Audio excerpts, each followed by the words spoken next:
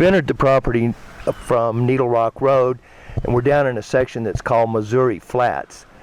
And you're sort of sitting at the beginning of the West Elk Mountains. You've got Needle Rock that's over there that is an igneous structure that is really a beautiful place. It turns different colors all during the year. Sometimes it'll be orange depending on how the sun hits it, to silver, to black, to gray. And it was sacred to the Indians. There is a lot of places around here where you can see the remnants of sweat lodges. People are finding spear points and arrowheads and all around here. Right over here, a little bit to the north and east, is a field that is irrigated by the Shadeland Ditch. The owners of the property just got the Shadeland running after 5 years of disrepair. Last year was the first hay crop off of it in quite some while. It had been pasture, but mostly volunteer. And now it's a wonderful hay field and getting better each year. There's been someone hired to both develop all of the irrigation ditches as well as any of the weeds or anything that are in here.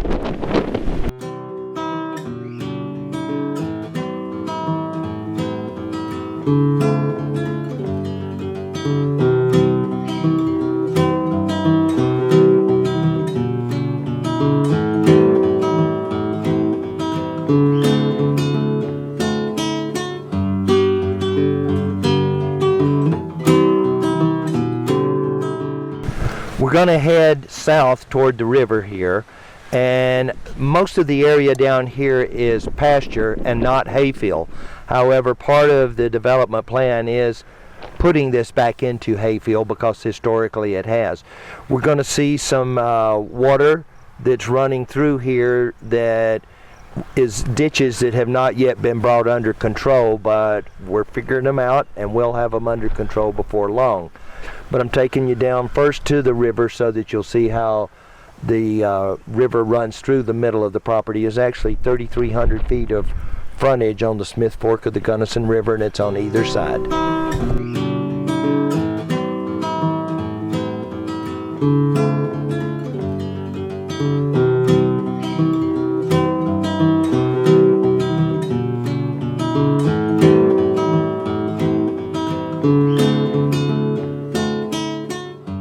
This is an example of some of the wastewater that's coming off of the irrigated fields, and it's just we're putting in a culvert that is not installed yet, but that will control it so that it will dry up a lot of this swampy area that's to your right, David, and that will make these fields that are right now just nothing more than sort of a wetlands marsh go back into production like they have historically been. And that you can see how much water is just coming off as wastewater. The Smith Fork is only about 100 yards to our right from where we're shooting right now, and that water's just going straight into the Smith Fork without being used. But there are places that we can divert these ditches so that it will be used to irrigate the meadows that are straight in front of us that you're going to see in a second. Those are meadows and they are just pastures, but they could be hay fields. It'll take some land planing, but all of that is been thought of and being planned to take care of at a later date.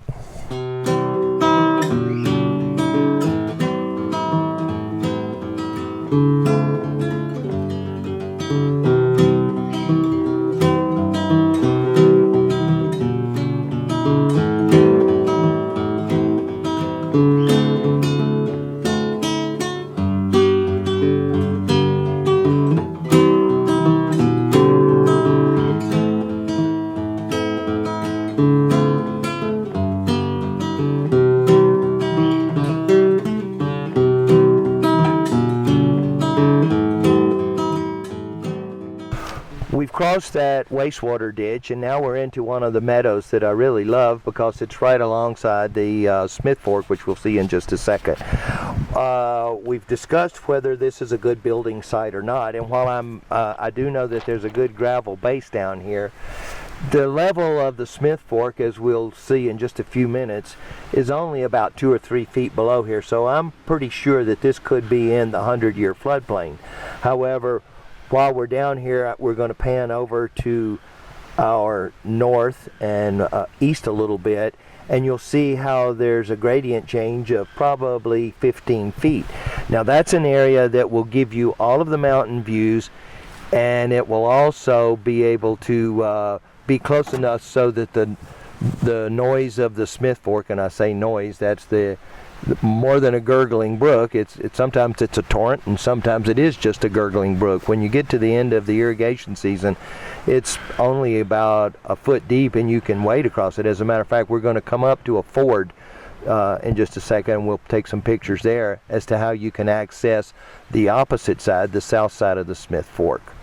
But just wanted to point this out as a beautiful location, a nice place to put your horses, but potentially it is in the floodplain. We'll have the floodplain maps, and I'll be able to clarify that in the next few days.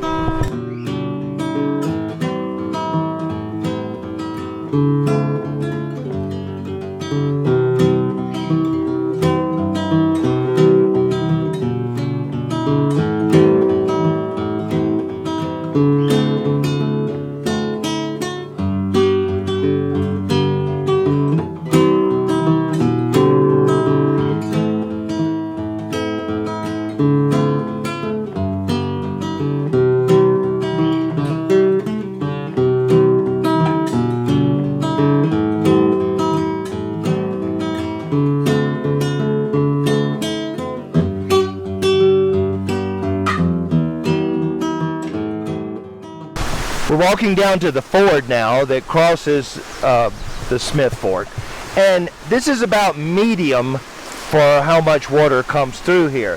When you've got the floodplain, you can see how much mud is right here, not the floodplain, but when you've got the spring runoff, you see a whole lot of more water, probably 2 to 3 feet higher is customary for what comes down during the spring after the snow melts in the West Elk Mountains. But then the longer the season runs and the more irrigation water that comes out of here, then it becomes a place that you could drive across it. As a matter of fact, we could drive across it right now in the Jeep. There's certain times of the year when you can drive across it in a car. It gets so shallow. Now, as you'll look up and down the river, you'll see different places where little pools are created. That this is where you'll pick up the brook trout that lurk in here. I wouldn't want to tell you that this is gold medal trout water. It isn't, but I could tell you that many's the time that you can come down here and catch your lunch or your supper for the night with little 12-inch long trout for whatever. The previous owner used to break off one of these willows, and he'd keep a fishing line in the back, and when he was tired, he'd just stop and catch a few trout and take them home and clean them for supper. You can see right here the new fence that just got put online. For a long time it was just a drift fence that went anywhere, tied to trees, and used pushed up brush and whatever in order to make the fence. But the owners put in this new 1,000 feet of fence. It's a 4-wire fence in good condition with wood stays. And then right down here where you have this angle that juts back to the east is the 5-acre piece. I think it's referred to as parcel C on the plat maps, and it's 5 acres, and it's on both sides of the Smith Fork.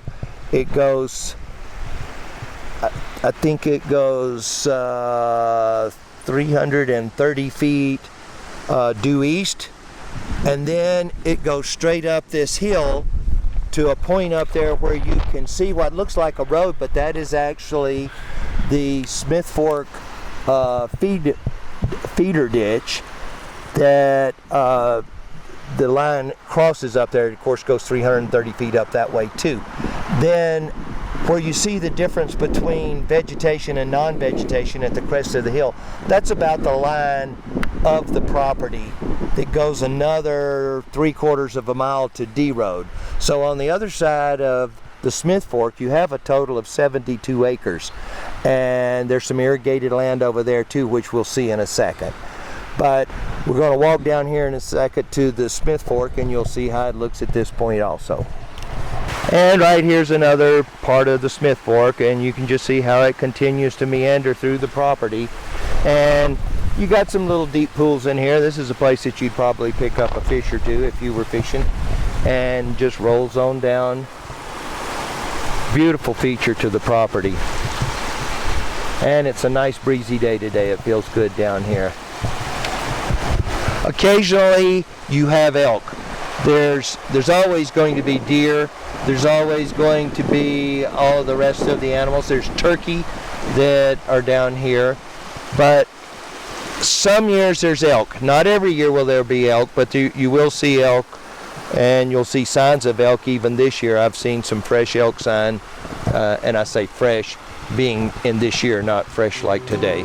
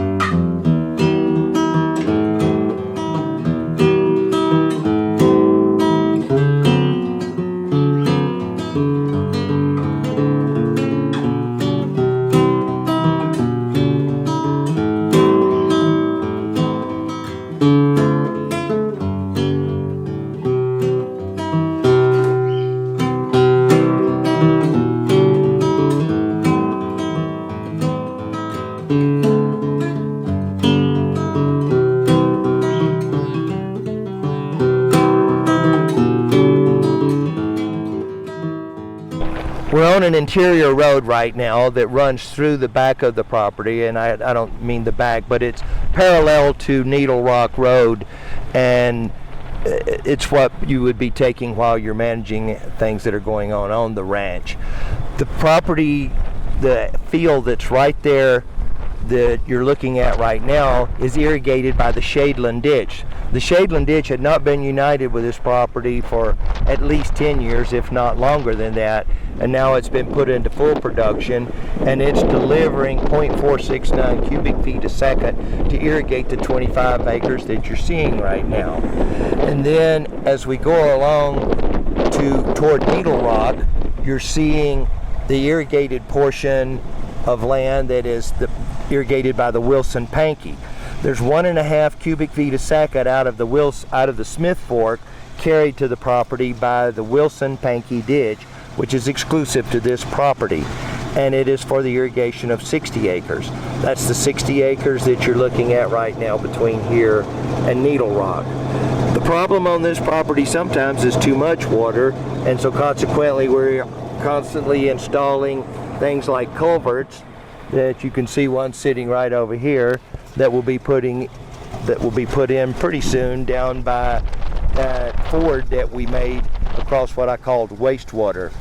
So getting all of the water controlled and directed to where it will be the most productive for the property is one of the goals of the owners.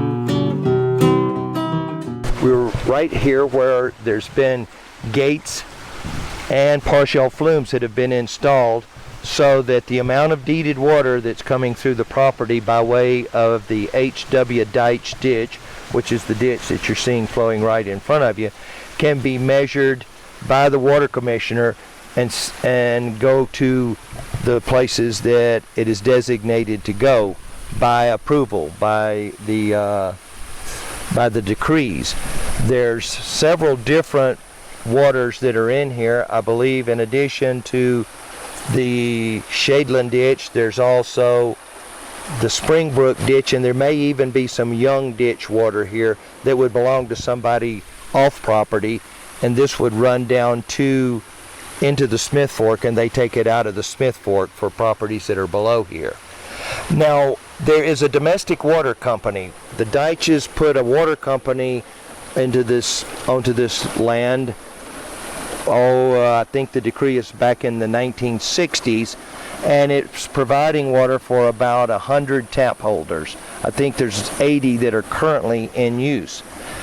To keep the traffic for the water company, which is they come down and review to make sure everything's operating properly with their springs and with their filter plant, there's a roadway that will be put in that starts on Needlerock Road right up to the right up through these trees, and then it comes down below this hillside to their spring plant that you'll see in just a second. We tried to give them the rights to do this at a place where it would be as unobtrusive as possible to the property.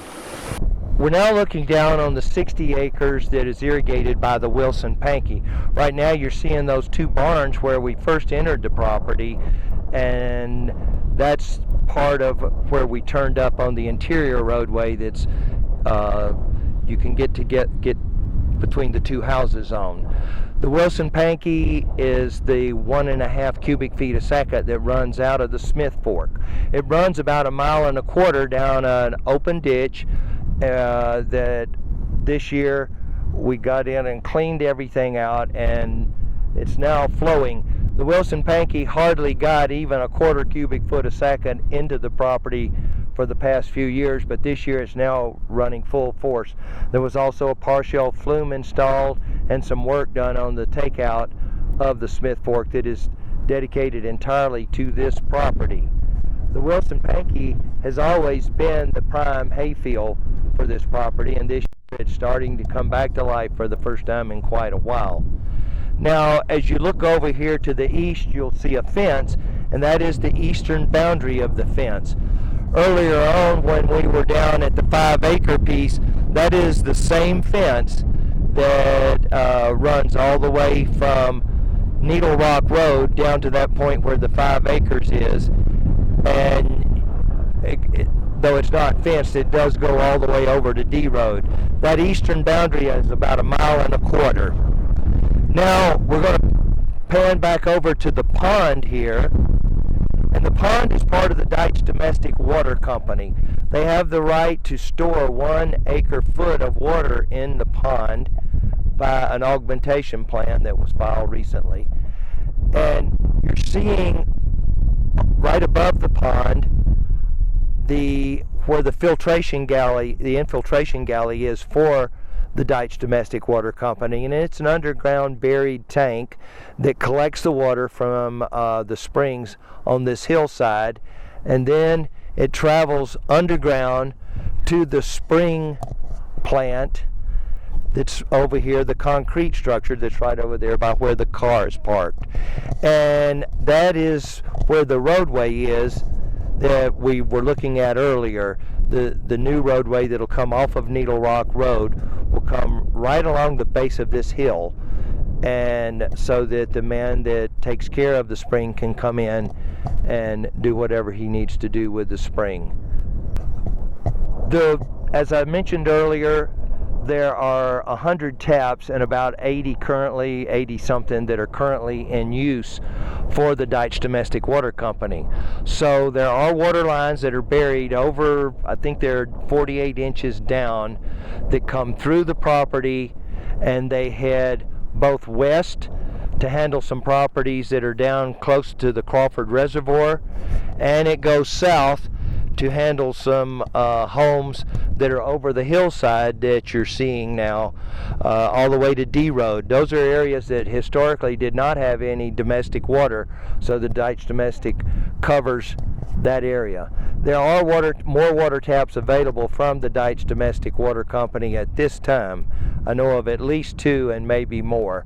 So if there was any desire to create more home sites or something using water, the Deitch Domestic Company does have domestic water available. Now I'm going to point over to a hillside where we've discovered some springs that are right here on the south side of the Smith Fork. There's a half a cubic foot a second, which is about 200 gallons a minute, 225, that have been filed on, but it has not yet been approved. But the right was filed on for domestic and several other uses. So there could be, if you decided to build something else, you would have water from your own sources without even using the Deitch Domestic Water Company. This is where the Wilson Pankey enters the property right here. This is the full 1.5 feet that's coming out of the Smith Fork. And this is a divider right here in which about 1 foot or even more is headed down to the lower fields that are irrigated by the Wilson Pankey. And then the water that's running straight on toward the pond is the water that does the hillsides between the spring and the level fields down on the bottom. When you look to the east, you see the adjoining property that belongs to Hiram Richardson, and he is irrigated by a whole different system. He has his own irrigation ditch that provides his water. It has nothing whatsoever to do with the Wilson Pankey. But in the middle of the field, his wastewater starts migrating to the west toward this property. And earlier when we crossed over a big stream of water, I referred to it as wastewater. That's a lot of the water that is coming from the Richardson property onto this property and could be employed to irrigate the meadows that are running along beside the Smith Fork down below.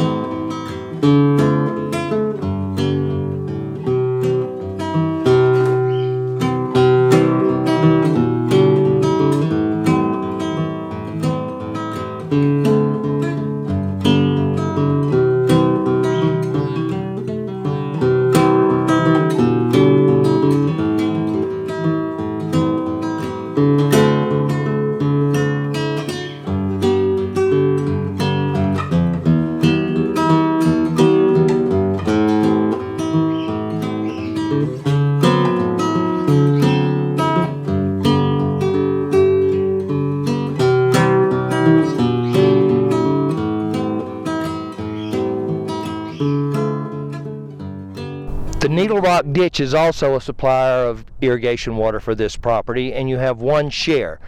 One share of Needlerock is a lot of water during spring runoff, almost 3/4 of a cubic foot a second, which is close to 300 gallons a minute, but then it backs off to significantly less when the spring runoff is over.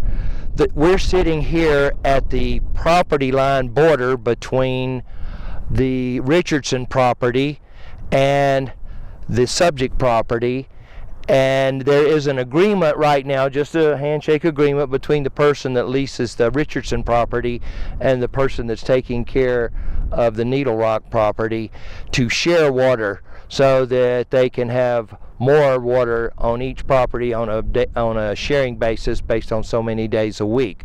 Now I'm going to walk you over here and show you how much water is entering onto the Needlerock property by and it's irrigating this, I'd call it a 5 to 7 acre field. This field that's right here looking west that takes you all the way up to the house. Nice little hay field, and this is a pretty good source of water. You can also run this water all the way down the hillside into the Wilson Pankey if you wanted to, because this fence line that we're standing on is the east boundary. And if you look off into the distance, you'll see that same barren hillside that we've been speaking of several times. This is not the new fence, but this is in line with that 1,000 feet of new fence that was put down below a while back. This fence is a little bit offline, and both sides recognize that it is and has acknowledged it to each other, so that nobody's trying to claim adverse possession or anything. It's actually in Needlerock's favor that it's off, and the 17 feet that it's off down at the bottom is in favor of Needlerock, or they are the encroaching partner. So.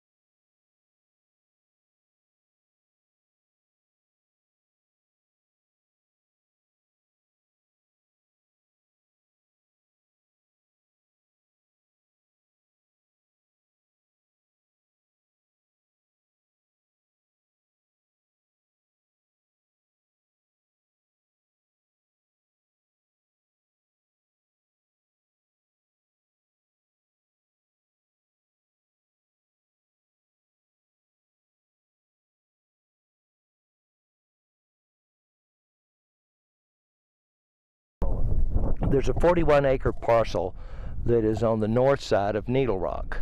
You're looking down at the house where we first started our journey, and this is the 41-acre piece that is surrounded on all sides by the BLM.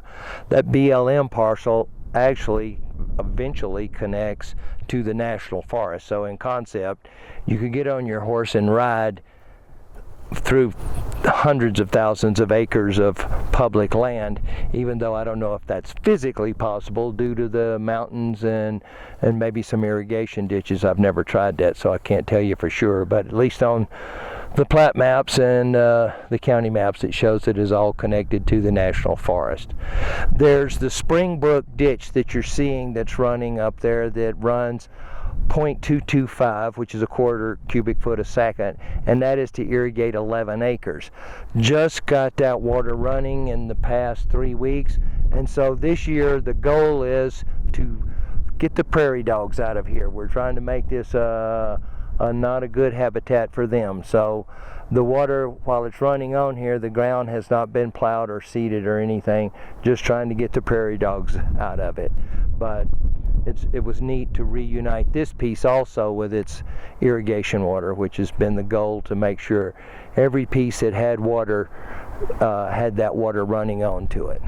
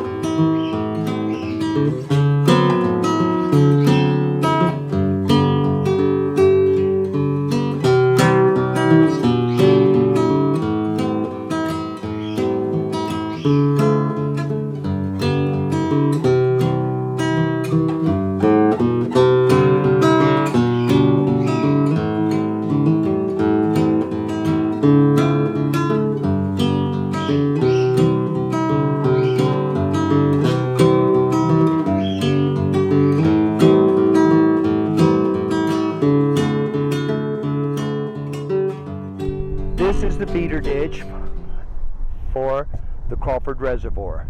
It's referred to on plat maps as the feeder ditch of the Smith Fork, and it is an easement that comes through the Needlerock property. It's also the source of the 44 shares of Saddle Mountain water that are irrigating these fields that are here straight in front of us to the east. The Saddle Mountain water is not the best source of water. It's a lower priority. It's just come on in late May, and it will go off early. However, it does provide the carrying rights for taking Smith Fork project water, so that the 30 or 40 acres that can be irrigated on the 72 acres that are on the south side of the Smith Fork can be augmented by the call water from the 140 acre feet that this property has in the Smith Fork project. This is just a little bit of the irrigated acreage, and we're going to go on down in a second and see some more of it. We're now on the south side of the property, or on the south side of the Smith Fork, and we're looking back to the fields and pastures on the north side of the property, where most of the irrigated and improved pastures and fields are. The east boundary that we've talked about many times with that fence, you could see right as we started this video. Straight in front of us, almost due north, you see the spring and the house with the red roof. And then as we pan on back to the west, you can see the Smith Fork down here below us.